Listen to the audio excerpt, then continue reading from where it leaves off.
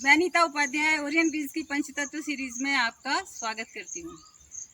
आप देख रहे होंगे इतने सारे ड्रैगन फ्रूट्स हैं हमारे पीछे। इस खास तौर से इसी की शूटिंग के लिए हम लोग यहाँ तेलंगाना में आए हुए हैं और हमारे साथ हैं डॉक्टर श्रीनिवास राव, जो कि मैं कह सकती हूँ कि ये ड्रैगन फ्रूट क्रांति लाने के लिए ये इस वक्त इंडिया में तो आप ही हैं, शायद मुझे लगता है ड्रैगन फ्रूट की क्रांति तो आप ही लाए हैं। ड्रैगन फ्रूट पहले से भी होता था इंडिया में, लेकिन जिस तरीके से आपने काम किया है ना सर, मुझे तो नहीं लगता कि किसी ने ऐसा काम किया होगा। तो आपने कैसे और क्यों स्टार्ट किया? आप डॉक्टर हैं बाय प्रोफेशन, और आपने ये ड्रैगन फ्रूट फार्मिंग में आ गए आप, या फार्मिंग में आ गए? मैडम, ये ड्रैगन फ्रूट एक्चुअली होता है सदर्न अमेरिका का फ्रूट, सदर्न अमेरिका। लेकिन उसको लेके गए थे फ्रेंच वाले टू वियतनाम। वहाँ पे उसको शौक की तरह उगाते, उन्होंने ऑर्नामेंटल प्लांट। लेकिन पिछले 30-40 सालों से उसका कमर्शियल कल्टीवेशन वियतनाम में हो रही है, और वियतनाम में इसका प्रोडक्शन तकरीबन 52,000 हेक्टेयर्स में हो रही है। 52,000 हेक्टेयर्स। और उसका जो कंट्री का फ्रूट का एक्सपोर्ट होता है, around 60 to 70% of the fruit export of Vietnam fresh fruit is dragon fruit. उसका अराउंड $1.1 बिलियन इंडस्ट्री है एक्सपोर्ट का, वियतनाम का ड्रैगन फ्रूट इंडस्ट्री में world wide. That is undoubtedly the world leader is Vietnam. तभी इसको कहा जाता है वियतनाम का फ्रूट है। यही बोला जाता है। और इसको ड्रैगन फ्रूट क्यों बोला जाता है? दिखने में वो लंबा लंबा स्पाइक्स और जो लाल होता है, स्पेशली द इंग्लिश वाले, उसको they look it as a dragon, उसको ड्रैगन फ्रूट बोलना शुरू कर दिया। इस वजह से चाइना का भी इसमें भ्रम होता है। शायद ये चाइना का है। लेकिन ये चाइना का नहीं होता है, ये वियतनाम का होता है। Chinese are the major importers of dragon fruit. बहुत इम्पोर्टर। वियतनाम का लगभग 80 to 90% of the fruit import करता है चाइना।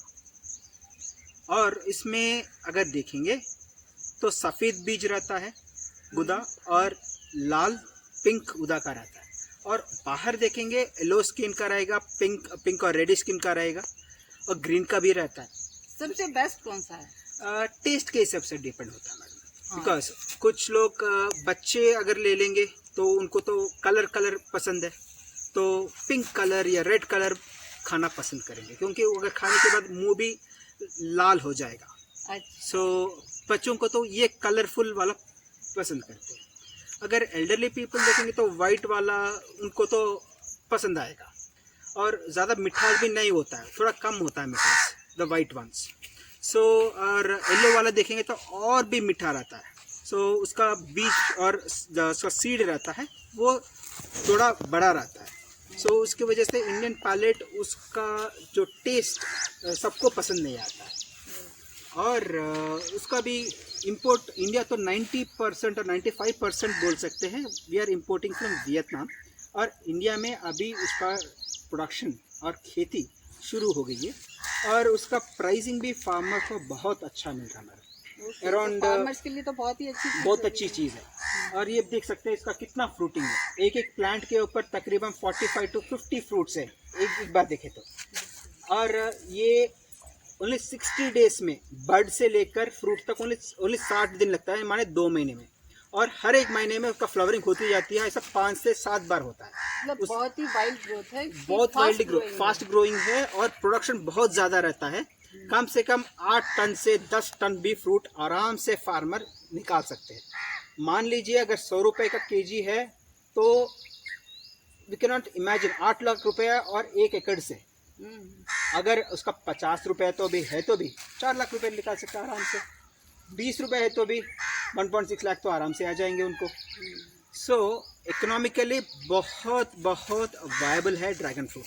और इसका बिकॉज हमारा वर्ल्ड पॉपुलेशन देखे तो अप्रॉक्सीमेटली 18% हमारा वर्ल्ड पॉपुलेशन है इंडिया का, और we are importing 90% of the fruit. और हमें खाली 1% लोगों को ही पता है ड्रैगन फ्रूट होता क्या है।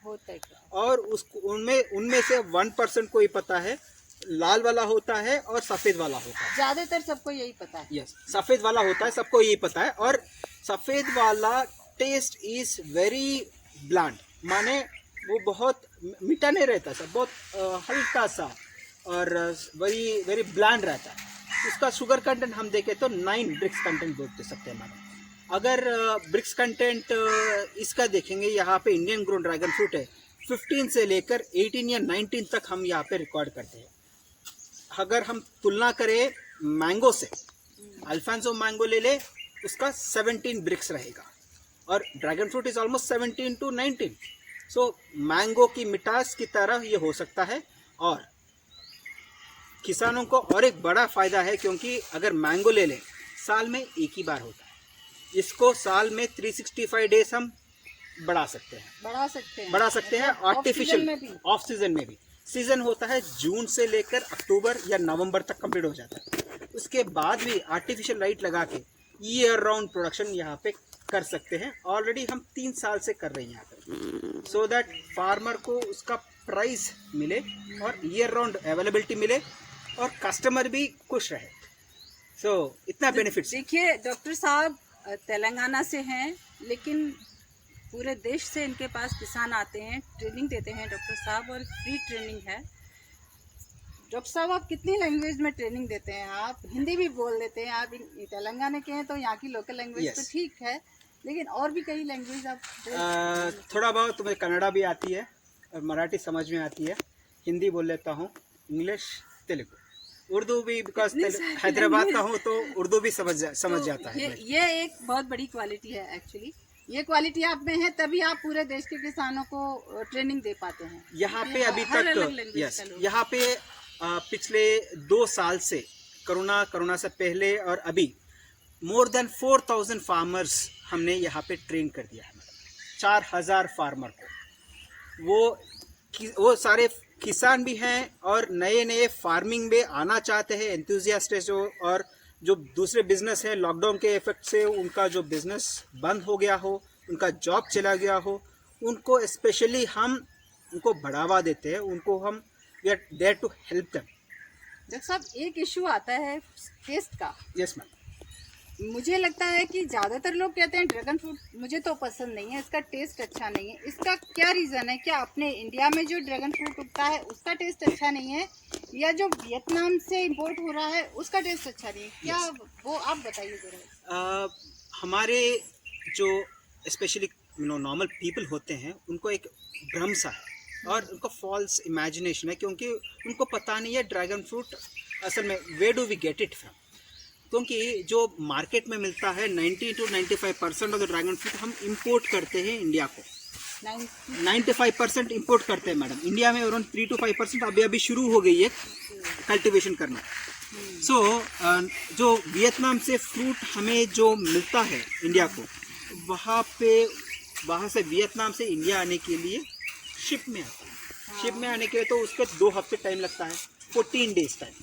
तो 14 डेज में उससे पहले उसको हार्वेस्ट करके जो बिना पका हुआ, अगर आप देखेंगे तो इसको ये भी ग्रीन है। हाँ। जब ये पकने लायक हो जाएगा वो पिंक टर्न आउट हो जाएगा, तभी हम फ्रूट को कट करते हैं। फॉर एग्जाम्पल अगर यहाँ पे आ जाइए मैडम, आप एक बात दिखा दूंगा आपको।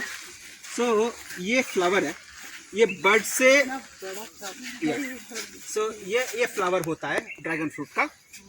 सो बर्ड से लेकर फ्लावर तक बनने के लिए 25 से 30 दिन लगता है, और फ्लावर से कंप्लीट फ्रूट बनने के लिए अनदर 30 to 35 डेज लगता है। अराउंड 60 to 65 डेज में उसका साइकिल कंप्लीट हो जाता है यूजुअली।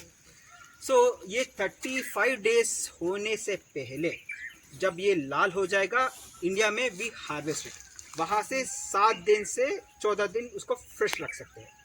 अगर उसको हार्वेस्ट 1-2 दिन पहले करें, माने वो पकने से पहले पेड़ के ऊपर कच्चा ही उसको हार्वेस्ट करने के बाद उसको हम फ्रिज में लगा देते हैं। वहाँ पे वियतनाम में जो होता है केमिकल में डिप करके उसको फ्रिज में लगा दिया जाता है, टेम्परेचर ठंडा लगा के खराब नहीं होने के लिए। उसके बाद वो 14 डेज लेता है इंडिया को आने के लिए। और जब मार्केट में जाएगा अनदर 3 to 4 days, कस्टमर खाएगा 20 से 25 दिन के बाद, तो उसका फ्रेशनेस बिल्कुल ये गया। बहुत इम्पोर्टेंट है, इसको मैं पॉइंट आउट करना चाहूँगी कि जो इम्पोर्ट किया हुआ फ्रूट होता है वो जब हम खा रहे हैं, हमारी टेबल पे पहुँच रहा है, तब तक उसको हार्वेस्ट किए हुए 20 से 25 दिन हो चुके होते हैं और वो फ्रूट अपना स्वाद खो चुका होता है।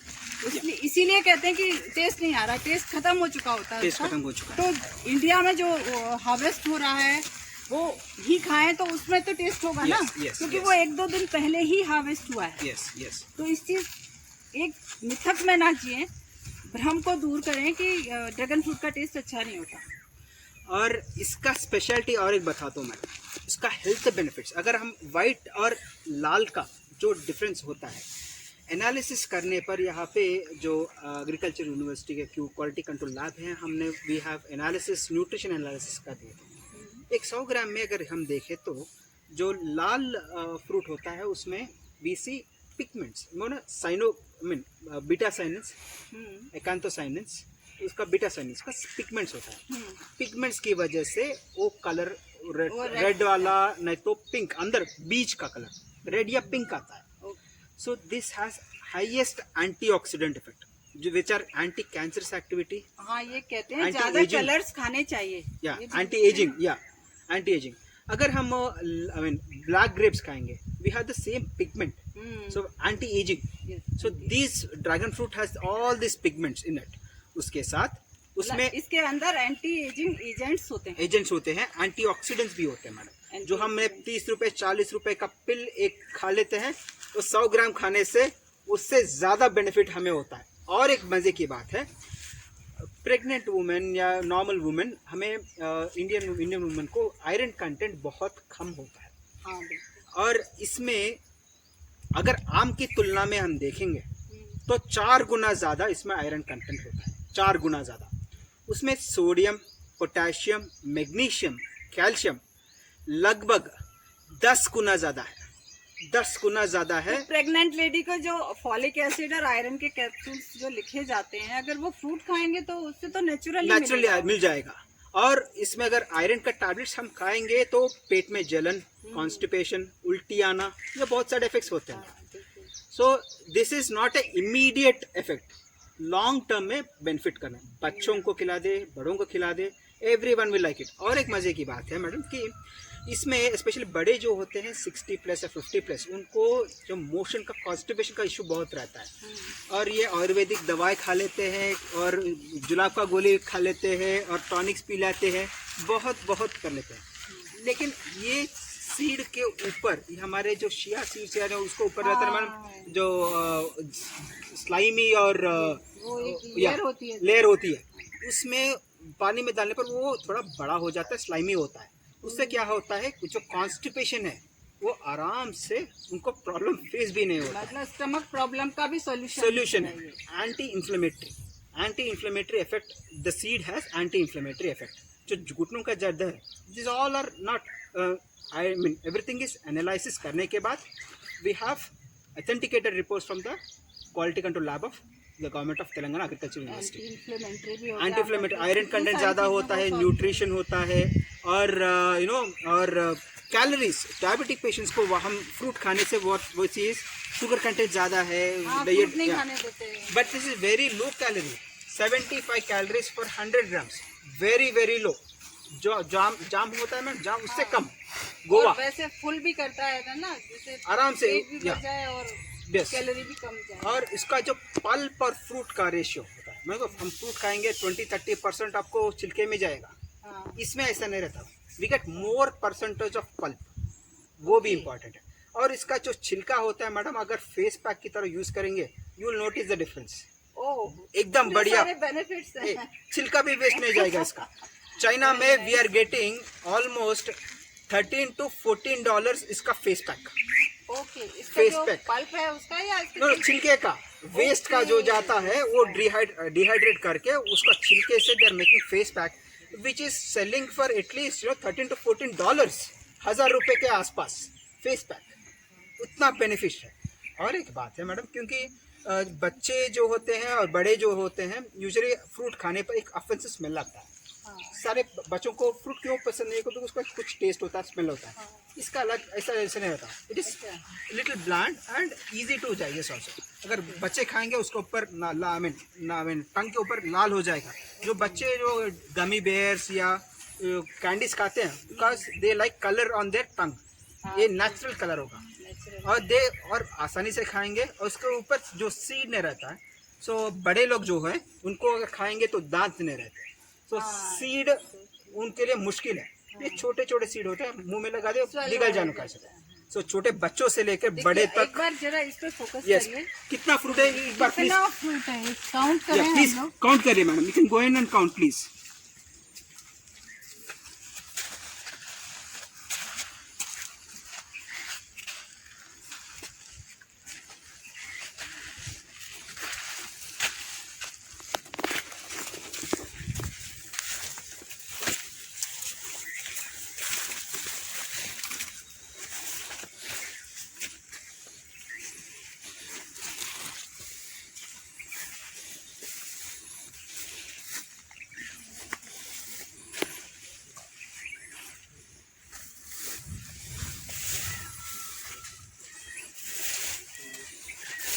फोर्टी सेवन 47 फ्रूट्स, 47 फ्रूट है एक ही प्लांट के ऊपर। 47 फ्रूट्स है या।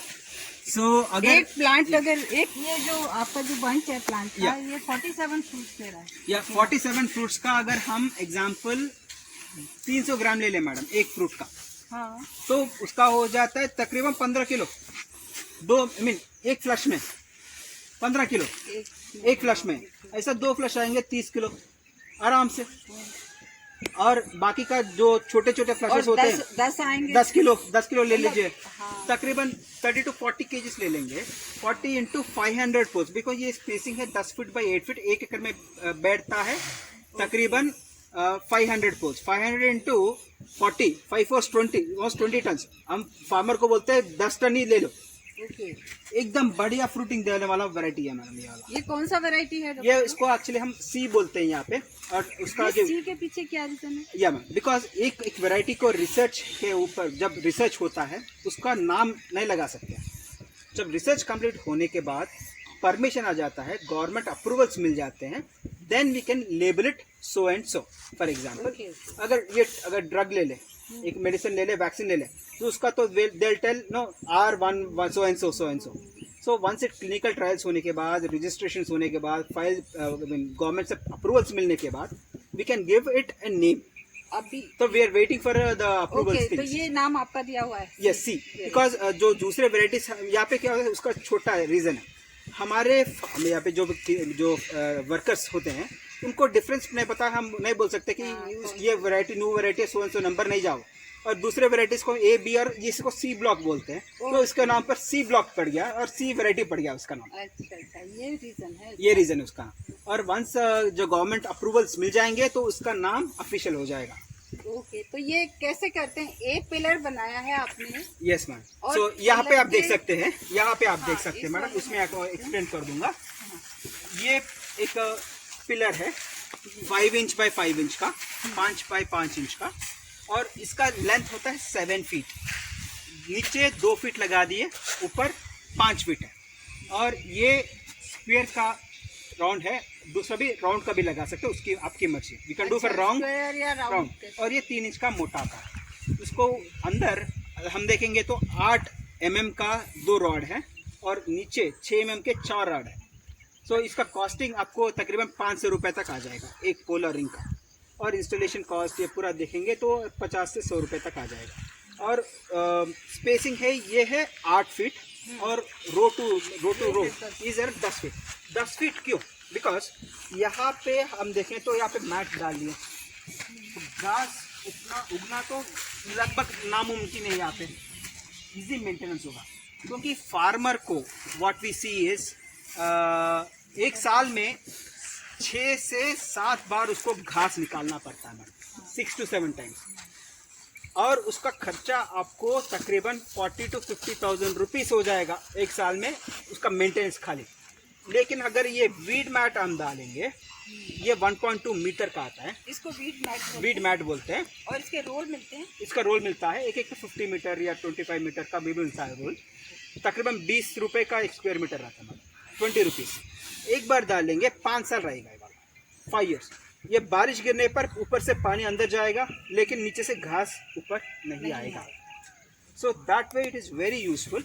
और इससे हम एक साल में तकरीबन 25 से 30 हज़ार रुपये हम बचा सकते हैं वीडिंग के ऊपर। और मिडिल में लेबर बच जाएगा, और मिडिल में से हमें ट्रैक्टर का रोटावेटर जाएगा, 5 फुट का आएगा, तो ऑलमोस्ट कुछ 6 इंच का गैप रह जाएगा, उसको हाथ से निकाल सकते हैं। उससे हम ऑलमोस्ट 60 to 70 पीपल का वर्क एक साल में हम उसको कम कर सकते हैं। और ये जो पिलर है डॉक्टर साहब, Yes. इस पे कितने प्लांट लगाए हैं आपने? उसमें 4 प्लांट लगाए हैं, अच्छा, 4 प्लांट तरह से। और ये यहाँ से फिर ऊपर आएंगे और बाहर आ जाएंगे, बाहर आ जाएंगे। और आप टाइप बांधते रहेंगे ऐसे? यस, ऊपर आने तक उसको ट्रेन करता ही जाना चाहिए ऊपर तक। उसके बाद हम ऊपर आने के बाद तो ये आप छोड़ कितने देंगे। दिन बाद ये वापस ये तकरीबन 2 महीने का प्लांट है। हाँ। और अभी नया शूट्स अभी स्टार्ट हो रहे हैं। अभी अगले 4 से 5 महीने में ऊपर आ जाएगा और नीचे भी डाली आ जाएंगे।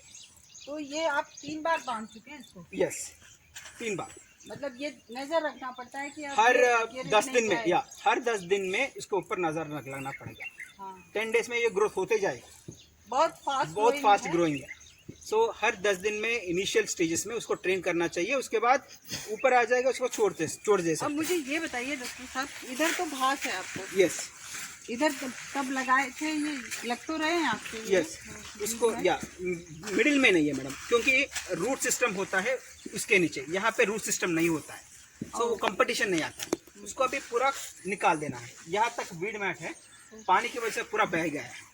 अच्छा, इनमें क्या क्या रोग आने का संभावना होती है, जैसे कि कुछ बीमारियां, पेस्ट, कोई इन्फेक्शन? सो अगर रूट की बात करेंगे तो रूट बोरर होता है, फंगल इन्फेक्शंस होता है रूट का, फाइटोप्टेरा होता है, और फ्यूजेरियम होता है, ये रूट का होता है।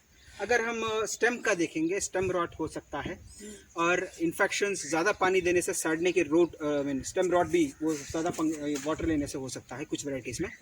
और फंगल इन्फेक्शन ज़्यादा रेनी सीजन में दिखने को मिलता है। ओवर वाटरिंग से भी प्रॉब्लम आ ओवर जाता है। टेम्परेचर से भी होता है, सनबर्न हो जाता है। अगर टेम्परेचर 20 डिग्री से ज़्यादा डिफरेंस है दिन और रात में, we see yellowish and burning of yellowish discolouration देखने को मिलता है, स्पेशली नवंबर दिसंबर के टाइम में, बिकॉज ठंडी। उस टाइम क्या करते हैं फिर? नो, प्लांट ऑटोमेटिकली रिकवर हो जाता है। It's not an issue. उस टाइम में फंगल इन्फेक्शंस भी आउटब्रेक होने के चांसेस हैं, लेकिन उसको ध्यान में रखना चाहिए। और अगर कुछ है तो प्लांट को वो प्रून कर देना चाहिए, निकाल देना चाहिए उस टाइम। और एक फ्रूट फ्लाई भी होता है। Fruit fly usually first week of June July के सीजन में ज़्यादा देखने को मिलता है मैडम, जो आम का सीजन राजस्थान से हैं, वहाँ तो पूरे साल ही देखने को मिलता अच्छा, है, तो वहाँ पे बहुत बड़ा प्रॉब्लम है ये। आप देखिए वहाँ पे दूसरी वेजिटेबल्स भी नहीं उगा पाते हैं। सो उसका सोल्यूशन है बैगिंग सिस्टम। बैगिंग सिस्टम करेंगे, हर ये साइज आपको जब फ्रूट बनने के बाद हम उसको बैग बांध देते हैं। अभी नहीं बांधा हुआ? अभी बांधना है मैडम, अभी स्टार्ट कर देते हैं, बैग बांध देते हैं, और जब राइप हो जाएगा तब वो बैग निकाल देते हैं।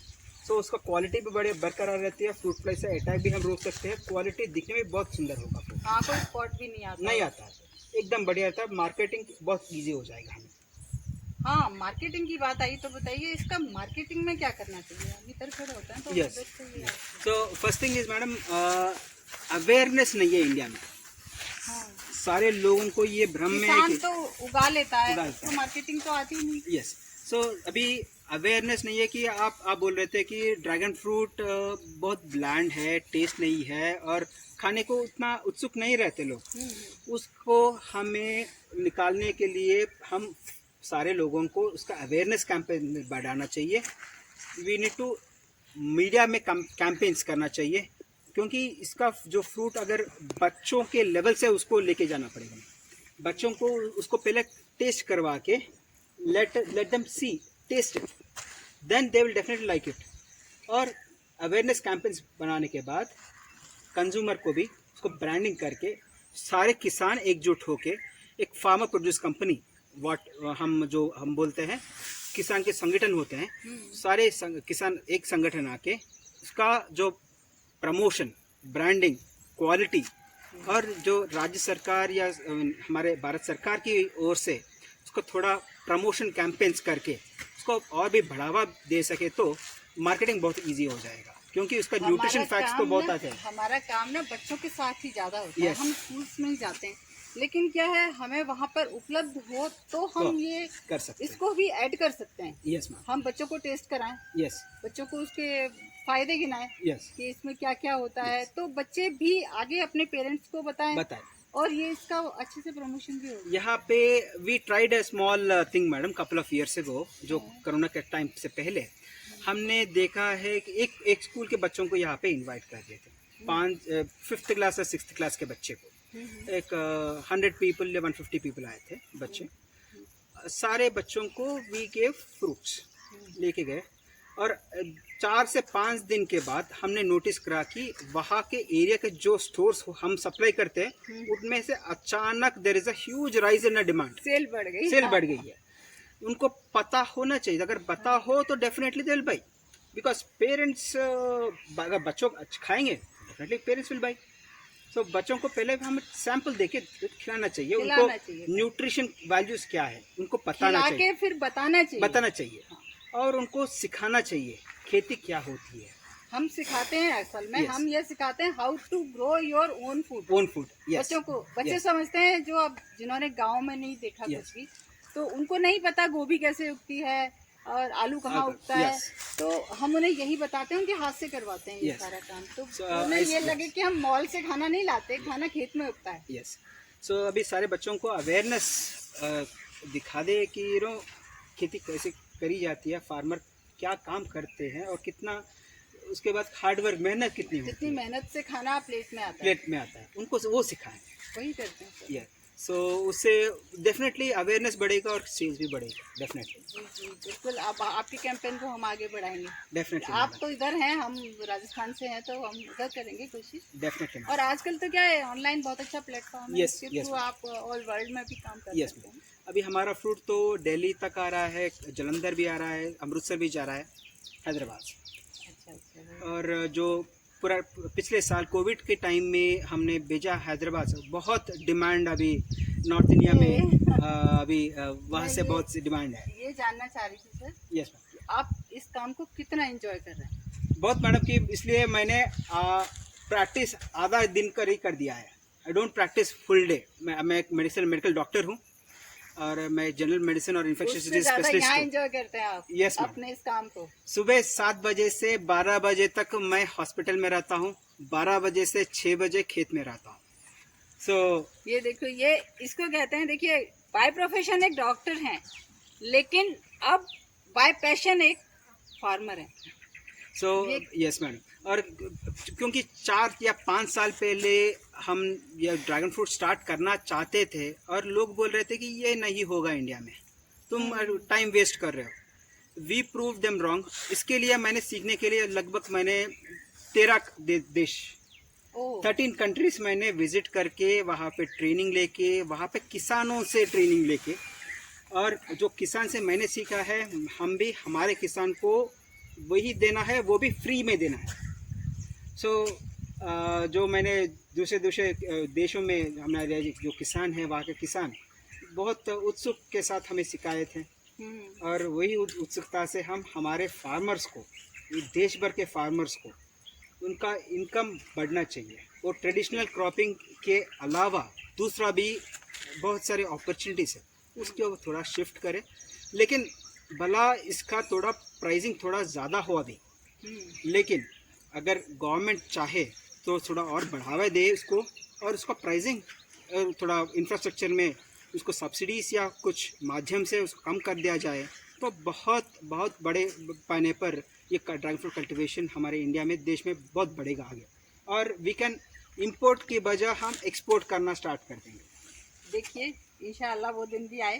Definitely madam. अब मैं ये जानना चाहूँगी कि इसमें कुछ एडवांस टेक्नोलॉजी का कोई रोल है या आप कुछ और नए एक्सपेरिमेंट इसमें कर रहे हैं? यस मैडम, क्योंकि इससे पहले 3 साल से हम इसका जो ऑफ सीजन प्रोडक्शन या ऑफ सीजन लाइट के माध्यम से हम उगाना, लाइट्स किधर है? मैंने देखा अभी ऑफ सीजन होता है, नवंबर दिसंबर में तब स्टार्ट होता वापस लगा देते है, हैं। लगा देते हैं। ओके। और लाइट लगा के उसका प्रोडक्शन फरवरी मार्च अप्रैल तक हम निकाल देते हैं। और नेचुरल सीजन जून जुलाई से स्टार्ट हो जाता है। अभी देख रहे हैं सीजन स्टार्ट हो गया, अभी दो बार इसको हार्वेस्ट कर दिया अभी ऑलरेडी।